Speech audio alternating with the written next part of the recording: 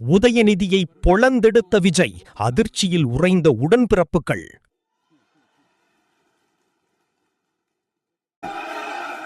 இப்போ அதற்குரிய விடுங்க.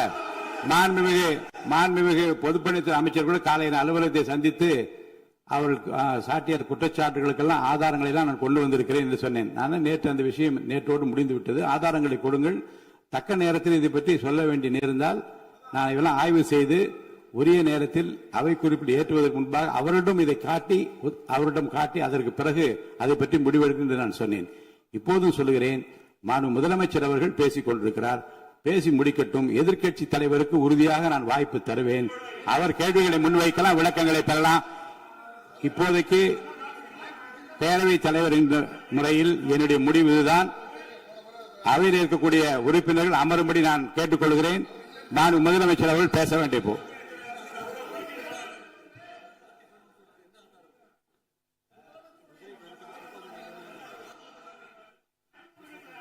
மாண்புமிகு இருங்க. அதை முன்னவர் பேரவைத் தலைவர் அவர்களே, நேற்றைய தினம் நீங்கள் முழுமையாக பேசினீர்கள். உங்கள் பேச்சுக்கள் எப்படி இருந்தது என்பதும் நாடறியும். இருந்தாலும் கூட நாங்கள் அமைதியாக இருந்தோம். இல்ல நீங்க இருங்க, ஒவ்வொரு வார்த்தைக்கு இருங்க. நீங்க மின்வெட்டையில நீங்க சொன்னீங்க, உங்களுடைய முன்னாள் அமைச்சர் ஆற்காடு வீராசாமி இருக்கிற போது மின்வெட்டால் தான் நாங்கள் ஆட்சியே மாறியது என்றெல்லாம் சொன்ன கதையெல்லாம் இருக்கு. அதெல்லாம் சொன்னோம்னாங்க, நாங்களே அமைதியா இருந்தா அதுக்கு அங்கே தயவு செய்து எதிர்கட்சி தலைவருக்கு வாய்ப்பளிக்கிறார்கள். அந்த வாய்ப்பை நீங்கள் அவர் முதலமைச்சர் பேசுவதற்கு பிறகு பேசினால் அழகாக இருக்கும். அவை முன்னர் பள்ளிக்கல்வித்துறை அமைச்சர் மாண்புமிகு பேரவைத் தலைவர் அவர்களே, அவர் ஒரே ஒரு வார்த்தையை தான் சொன்னார்.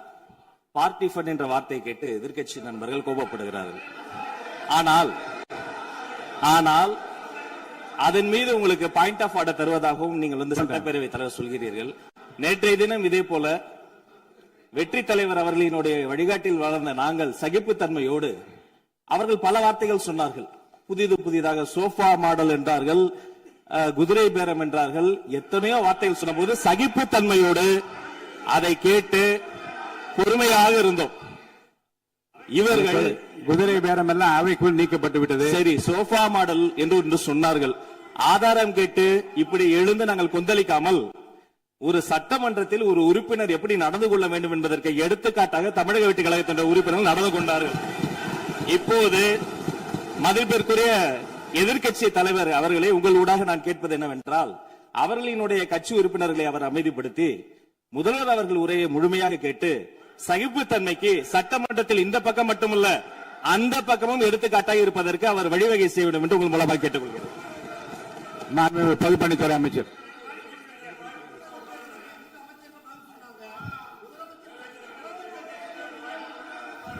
மாண்புமிகு பேரவைத் தலைவர் அவர்களே, திராவிட முன்னேற்ற கழகம் முதல் நாளில் இந்த சபையுடைய மரபையும் பாரம்பரியத்தை பற்றியும் நமக்கு வகுப்படுத்தார்கள். அந்த மரபுப்படி எங்களுடைய தலைவருடைய வழியில் இந்த சட்டசபையுடைய நிகழ்வுகளில் நாங்கள் கலந்து கொண்டிருக்கிறோம். நேற்று எதிர்கட்சி தலைவர் பேசும்பொழுது எவ்வளவோ வார்த்தைகள் உண்மைக்கு புறம்பாக சட்டத்திற்கு எதிராக ஒரே நிமிஷம் பேசுறேன். சட்டத்திற்காக பேசும் பொழுது நாங்கள் அமைதியாக இருந்தோம். ஒரு 2-3 முறை தான் வந்து அவரு பேசும்போது மினிஸ்டர்கள் நின்னாங்க. ஆனா இன்னைக்கு மாண்புமிகு முதலமைச்சருடைய முதல் உரை, கடந்த 4 நாட்களாக திராவிட முன்னேற்ற கழகம் முதலமைச்சர் ஏன் பேசலன்னு சொல்லிட்டே இருந்தாங்க. இன்னைக்கு பேச ஆரம்பிச்ச உடனே அவர் சொன்ன வார்த்தை பார்ட்டி ஃபண்ட் சொன்னார். எந்த பார்ட்டின்னு சொல்ல. ஆனா அந்த வார்த்தைகள் சொல்லி முடிஞ்ச உடனே எதற்காக முதலமைச்சருடைய பேச்ச இவங்க வந்து குறுக்கிடுறாங்கன்னு தெரியல. நீங்கள் சொன்னதுபடி முதலமைச்சர் பேச வேண்டும். பேசிய பின்பு கருத்துகளுக்கு பதிலளிக்க அவர்கள் பதிலளிக்கும், நாங்களும் பதிலளிக்க தயாராக இருக்கிறது பதிவு பண்றோம். இல்ல, மாண்புமிகு முதலமைச்சர் அவர்கள் இருங்க.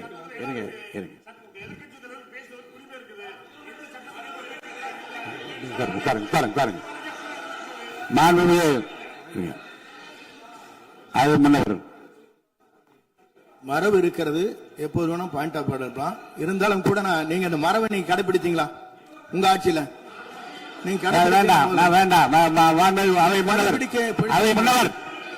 முன்னவர் முன்பு எப்படி நடந்தால் என்பதை பற்றியோ, முன்பு நடந்த நிகழ்வுகள் பற்றியோ நீங்கள் சொல்லி மீண்டும் இந்த அவையினுடைய மாண்பை குறைக்க வேண்டாம் என்று நான் கேட்டுக்கொள்ள வேண்டாம். இப்போது உள்ள பிரச்சனை, மாண்பு முதலமைச்சர் அவர்கள் தன்னுடைய பேச்சை உறுதி செய்து முடிக்க வேண்டும். அவர் முடித்த பிறகு எதிர்க்கட்சி தலைவருக்கு நான் நிச்சயமாக வாய்ப்பு தருவேன். அவர் கேள்வி கணக்குகளை தொடுக்கலாம், சந்தேகங்களை கேட்கலாம், விளக்கம் தருவதற்கு மாண்பு முதலமைச்சர் அவர்கள் தயாராக இருக்கின்றார். அமைதியாக என்னை அமரும்படி நான் கேட்டுக்கொள்கிறேன். இப்ப நான் அனுமதிக்க முடியாது. மாண்பு முதலமைச்சர் உரையை தொடரலாம்.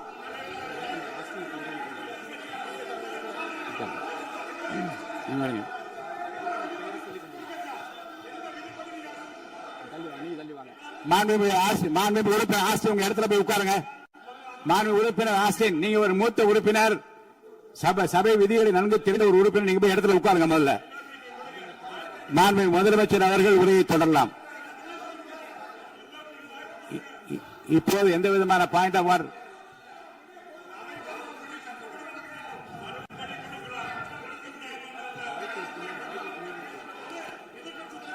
நான் வாய்ப்பு இல்லை என்று சொன்னால் நீ எழுந்து நிற்பதிலே நியாயம் இருக்கிறது. உட்காருங்க. வாய்ப்பு உறுதியாக எதிர்க்கட்சி தலைவருக்கு பாயிண்ட் ஆஃப் ஆர்டர் மட்டுமல்ல, உட்கார்ந்து அவர் பேசிய பேச்சுக்கள் என்னென்ன இருங்க, என்ன உங்களுக்கு சந்தேகம் இருக்கிறதோ, வினாக்கள் இருக்கிறதோ அதை நீங்க கேட்கலாம். அவர் பதில் சொல்வதற்கு தயாராக இருக்கிறார். பேசி முடிக்கின்ற வரை அமைதி காக்கும்படி உங்களை நான் கேட்டுக்கொள்கிறேன். மாண்புமிகு எதிர்க்கட்சி தலைவர் முழு ஒத்துழைப்பை நீங்கள் தர வேண்டும் என்று நான் எதிர்பார்க்கிறேன்.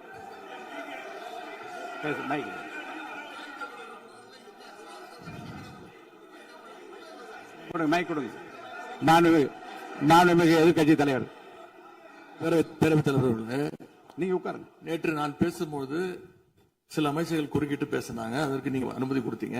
அது மாதிரி இன்னைக்கு முதலமைச்சர் பேசும்போது சில வார்த்தைகள், தவறான வார்த்தைகள் பேசுறாரு. அவர் பார்ட்டி ஃபண்ட் அப்படின்னு சொல்லியிருக்கிறாரு. அவர் அமைச்சர் அந்த பார்ட்டி ஃபண்ட் எந்த பார்ட்டின்னு கூட சொல்ல தைரியம் இருந்தா சொல்லுங்க, நாங்க அதெல்லாம் ஃபேஸ் பண்ண தயாரா இருக்கோம். எதையும் ஆதாரத்தோடு எதையும் பேசுங்க. நீங்க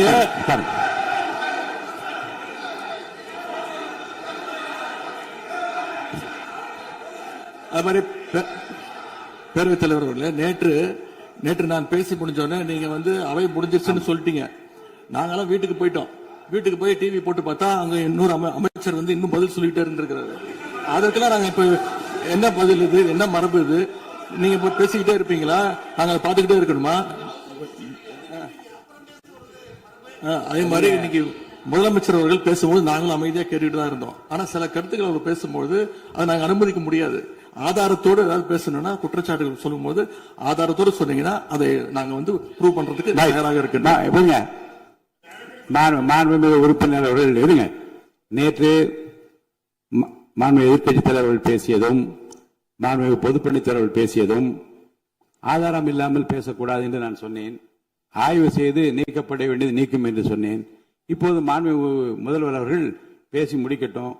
நீங்கள் கூறிய கருத்துப்படி அதில் ஆதாரங்கள் இல்லாத குறிப்பாக இருந்தால் அது நீக்குவதற்குரிய உரிமை எனக்கு இருக்கிறது. ஆய்வு செய்து நான் நடவடிக்கை எடுப்பேன். இப்போது மாண்புமிகு முதலமைச்சர் அவர்கள் பேசலாம். இந்த டாஸ்மாக் மாதிரியே பல டிபார்ட்மெண்ட்லயும், மறுபடியும் சொல்றேன், கட்சி நிதின்ற பேர்ல அடிச்ச கொள்ளைய ஒன்னா கவர்மெண்டோட கஜானாக்குள்ளேயே கொண்டு சேர்த்துக்கிட்டே இருக்கிறாங்க. இப்பவும் சொல்றேன், மக்கள் பணத்துல இருந்து ஒரு பைசா கூட தொடமாட்டோம், தொடவும் விடமாட்டோம், தொட்டா விடமாட்டோம், இதுக்கு முன்னாடி தொட்டவங்களையும் விடமாட்டோம்.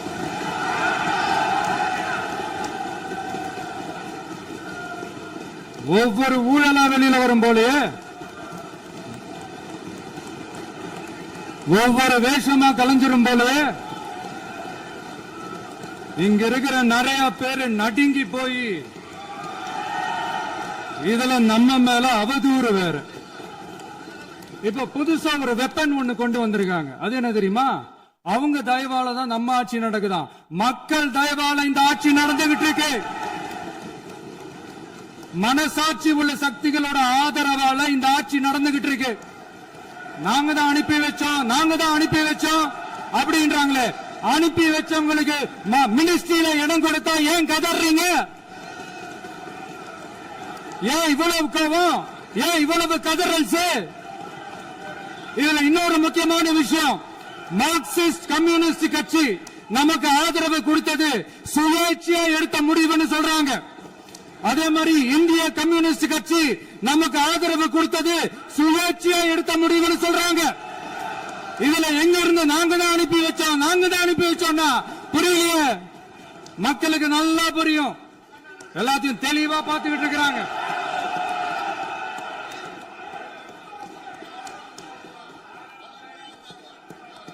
முதலமைச்சர் கண்டினியூ பண்ணலாம். மாண்பு முதலமைச்சர்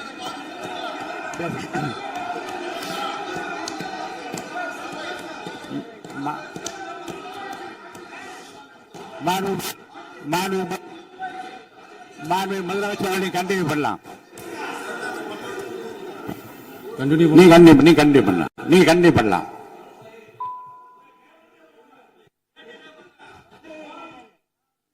இந்த சமூக நீதி அரசுன்னு சொல்றவங்களை பார்த்து கேக்குறேன், நம்ம பட்டியலின சகோதரர்களுக்கு எத்தனை அமைச்சர் பதவி கொடுத்தீங்கன்னு கொஞ்சம் சொல்ல முடியுமா? ஆனா நம்மளுடைய அரசுல 8 அமைச்சர் பதவிகள் யாருக்கு? நம்ம பட்டியலின சகோதரர்களுக்கு. எல்லாம் நம்ம அண்ணன், நம்ம தம்பி, நம்ம தங்கச்சிங்க. அண்ணல் அம்பேத்கர் அவர்களுடைய கிட்டத்தட்ட 100 ஆண்டு கால கனவு இப்ப நிறைவேறி இருக்கு. நான் ஏன் கொஞ்சம் சவுண்டா பேசுறேன் அப்படின்னா அவங்களுக்கு கேட்கணும்ன்றதுக்காக தப்பா எடுத்துக்காது. அதே மாதிரி பெண்களோட பாதுகாவலர் நாங்க தான் அப்படின்னு சொல்லிக்கிறவங்களை கேட்கிறேன், எத்தனை பெண்களுக்கு அமைச்சர் பதவியில இடம் கொடுத்தீங்க கொஞ்சம் சொல்ல முடியுமா? எங்க அரசுல 4 சகோதரிகளுக்கு அமைச்சர் பதவி கொடுத்திருக்கிறோம்.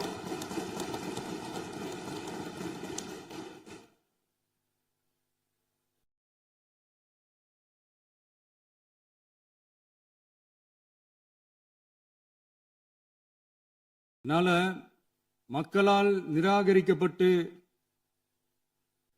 மக்களால் அகற்றப்பட்டவங்களுக்கு ஒண்ணு சொல்லிக்கிறோம், தப்பே செய்ய மாட்டோம், ஊழலே செய்ய மாட்டோம், நேர்மையா தான் இருப்போம், நியாயமா தான் இருப்போம் அப்படின்னு சொல்றவங்களால மட்டும்தான் கூட்டணி ஆட்சி அமைக்க முன்வரும். ஆட்சியிலையும் பங்கு, அதிகாரத்திலையும் பங்கு கொடுக்க முன்வரும். ஊழல்லையே ஊறி போனவங்களால இந்த கூட்டணி ஆட்சியோ ஆட்சியிலையும் பங்கு அதிகாரத்திலையும் பங்கு கொடுக்க முன்வராது. மெஜாரிட்டி இருந்தாலும் தரமாட்டாங்க, மெஜாரிட்டி இல்லனாலும் தரமாட்டாங்க. கேட்டா ரெடிமேடா ஒரு பதில் ஒண்ணு வச்சிருப்பாங்க, கூட்டணி ஆட்சியை மக்கள் விரும்ப மாட்டாங்கன்னு. அதே மக்கள் தான் இப்ப அவங்கள பார்த்து சிரிக்கிறாங்க. நான் பதவி ஏத்த அன்னைக்கு கொஞ்சம் டைம் அவகாசம் கேட்டேன். எதுக்கு கேட்டேன்? நிதி நிலைமைலாம் கொஞ்சம் மோசமா இருக்குது, அதெல்லாம் கொஞ்சம் சரி செஞ்சுக்கிட்டு படிப்படியா கொஞ்சம் கொஞ்சமா நான் கொடுத்த வாக்குறுதிகள்லாம் செயல்படுத்துவேன், அதுக்காக கொஞ்சம் டைம் அவகாசம் கேட்டேன். நான் ஏதோ வேற எதுக்காகவோ வேற யாருக்காகவோ ஏதோ அவகாசம் கேட்ட மாதிரி. அடுத்து இங்க சபையில இல்லாதவங்களை பத்தி பேச வேண்டாம்னு நினைக்கிறேன்.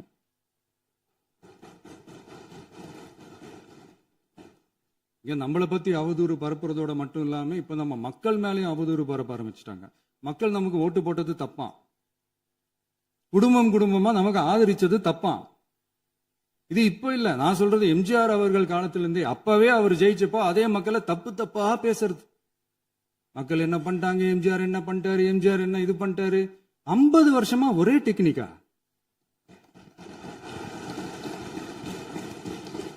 டெக்னாலஜி எல்லாம் மாறி வேற எங்கேயோ போயிட்டு இருக்கு. பஸ் இதுல கொஞ்சம் டெக்னிக்காச்சும் கொஞ்சம் மாத்தினா கொஞ்சம் நல்லா இருக்கும். அதனால மக்களுக்கு யூஸ்ஃபுல்லா இருக்கிற மாதிரி இந்த ஆக்கப்பூர்வமான கருத்துக்களோ ஆக்கப்பூர்வமான யோசனைகளோ இருந்தா சொல்லுங்க.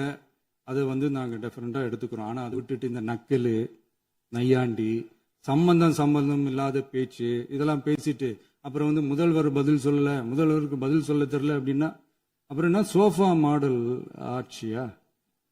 அது என்னன்னு புரியறதுக்கு எனக்கு ரொம்ப நாள் ஆச்சு. இந்த sofa set, table chair, teapoy, furniture பிசினஸ்லாம் வேற எங்க வெளியில போய் பண்ண சொல்லுங்க. அப்படி அந்த பிசினஸ் தான் பண்ணணும்னா நிறைய பிசினஸ் பண்ற மாதிரி வெளியில போய் பண்ண சொல்லுங்க. இங்க சட்டசபைக்குள்ள வேணாம். அதனால ஆக்கப்பூர்வமான கருத்துக்கள் இருந்தா சொல்லுங்க. டெஃபினட்டா அது சரியா இருந்தா நாங்க ஏத்துக்கிறோம். எனக்கு ஒரு குட்டி கதை ஒண்ணு ஞாபகம் வருது, சொல்லாமா? ஒரு ஊர்ல ஒரு பெரியவர் வெயில் ரொம்ப ஜாஸ்தியா இருக்குன்னு சொல்லிட்டு கண்ணுக்கு மேல கை வச்சுக்கிட்டு இப்படி சுத்தி முத்தி தேடிக்கிட்டு இருந்தாராம். அப்ப கூட இருந்த ஒரு சின்ன பையன் என்ன தேடுறீங்க அப்படின்னு கேட்டானா. அதுக்கு அந்த பெரியவர் சொன்னாரா, அது ஒண்ணு இல்ல தம்பி, உங்க அப்பா இங்கதான் இருப்பாருன்னு சொன்னாங்க, அதான் தேடிக்கிட்டு இருக்கேன். எங்க உங்க அப்பாவையா காணோம்?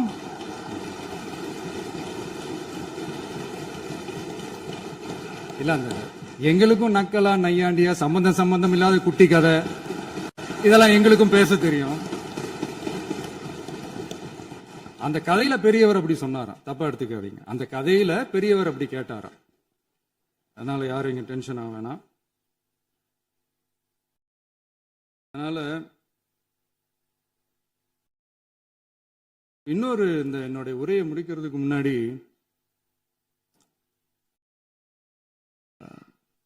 போயிட்டாங்க, பேசலாமா? உங்க கருத்துக்களை நீங்க முழுமையாக மன நிறைவோடு பேசலாம்.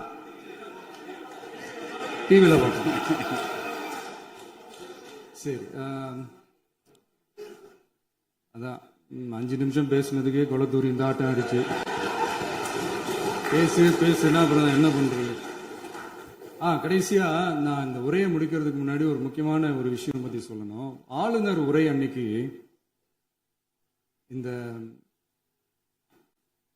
தமிழ் தாய் வாழ்த்துக்கு அப்புறம் தேசிய கீதம் பாடினது தப்பு, தேசிய கீதம் 2 முறை பாடினது தப்பு, அப்படி ஒரு நிகழ்வு இதுக்கு முன்னாடி இந்த சட்டசபையில நடந்ததே கிடையாது, அந்த மரபே மாத்திட்டீங்க, இப்படி ஒரு பெரிய ஒரு போர் மாதிரி எதிர்கட்சியை சார்ந்தவங்க எல்லாம் சொன்னாங்க இல்லையா? அந்த மாநில உரிமை போராளிகளை, அந்த மரபு காக்கிற உரிமை போராளிகளை ஒரே ஒரு கேள்விதான் கேட்கணும். 2021 ஆகஸ்ட் 2 ஞாபகம் இருக்கா? Centenary celebration of Tamil Nadu legislature. அந்த ஃபங்க்ஷன்ல நம்ம முன்னாள் முதலமைச்சர் கருணாநிதி அவர்களோட சாரி கலைஞர் அவர்களுடைய கலைஞர் அவர்களுடைய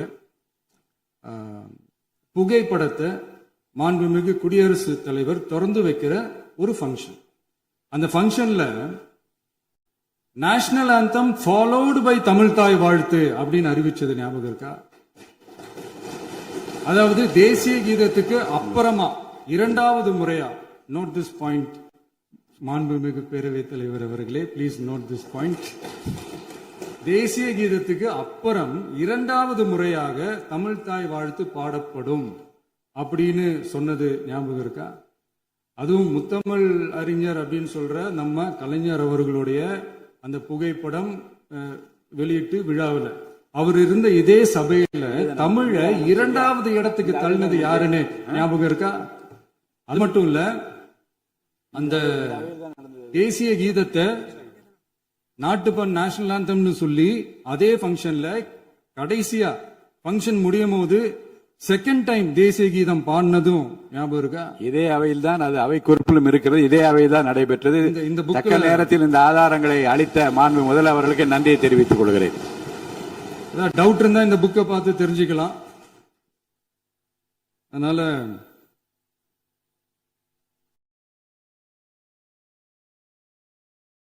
கேட்டா என்ன சொல்லுவாங்கன்னா, அது ஜனாதிபதி கலந்துகிட்ட ஃபங்க்ஷன், அதெல்லாம் அப்படிதான், அதெல்லாம் கண்டுக்க கூடாது அப்படின்னு சொல்லுவாங்க. இதே மாதிரிதான் பேசுறது ஒண்ணு, செய்யறது ஒண்ணு, பேசுறது ஒண்ணு, இதெல்லாம் மக்கள் பார்த்துக்கிட்டு இருக்காங்க. எலெக்ஷனுக்கு முன்னாடி தான் அப்படி செஞ்சுக்கிட்டு இருந்தாங்க. இப்போ எலெக்ஷனுக்கு அப்புறம் அதே தான் செய்கிறாங்க.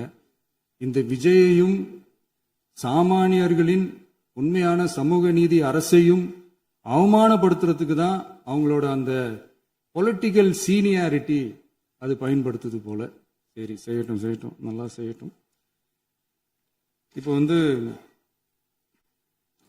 ஆனாலும் நம்மளுடைய மாநில உரிமை, மொழி உரிமை, உத்தமபுத்திரர் போல வேஷம் போடுற எதிர்கட்சிக்கு ஒன்றை மட்டும் ஆணித்தரமாக சொல்றோம். உங்களை மாதிரி தமிழ்னு சொல்லிக்கிட்டு, மொழி, பண்பாடு, கலாச்சாரம்னு சொல்லிக்கிட்டு ரெட்டை வேஷம் போடுறவங்க நாங்க கிடையாது. உலகெங்கும் வாழும் என் தமிழ் சொந்தங்களுக்கு நம்முடைய உத்தரவாதம் தமிழ் தான் எங்க உயிர் நாடி அப்படின்றத மறக்க மாட்டோம். இப்பவும் சொல்றோம், மாநில உரிமையில எப்பவும் உறுதியா இருப்போம். அதே சமயத்துல அரசியல் வேற, ஒன்றிய மாநில அரசுகளுக்கு இடையே இருக்கிற நிர்வாக அணுகுமுறை வேற. இதுல நாங்க ரொம்ப தெளிவா இருக்கிறோம். அதனால எங்களுக்கு பாடம் எடுக்கிறதா நினைச்சுக்கிட்டு உங்க வேஷத்தை நீங்களே கொஞ்சம் கொஞ்சமா கலைச்சிக்கிட்டே வரீங்க, மறந்துடாதீங்க. அப்புறம் நேத்து எதிர்கட்சி தலைவர், மாண்புமிகு எதிர்கட்சி தலைவர் பேசும்போது நிறைய பேசினாங்க. அதுல ஒண்ணு மட்டும் அரசு சொல்றதா நினைச்சுக்கிட்டு நம்மளை இன்டைரக்டா ஈவில் அப்படின்ற அந்த வார்த்தையை யூஸ் பண்ணாங்க. எனக்கு ஒண்ணுதான் சொல்லணும்னு தோணுது. ஈவில்ஸ்னு டெவில்ஸ் பேசக்கூடாது.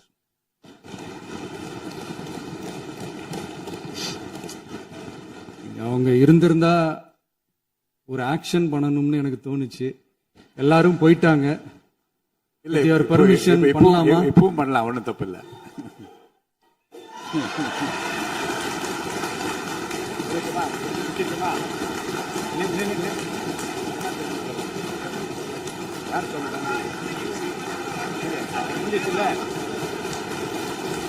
எழுந்து சொல்லணுமா, உட்காந்து சொல்லட்டுமா?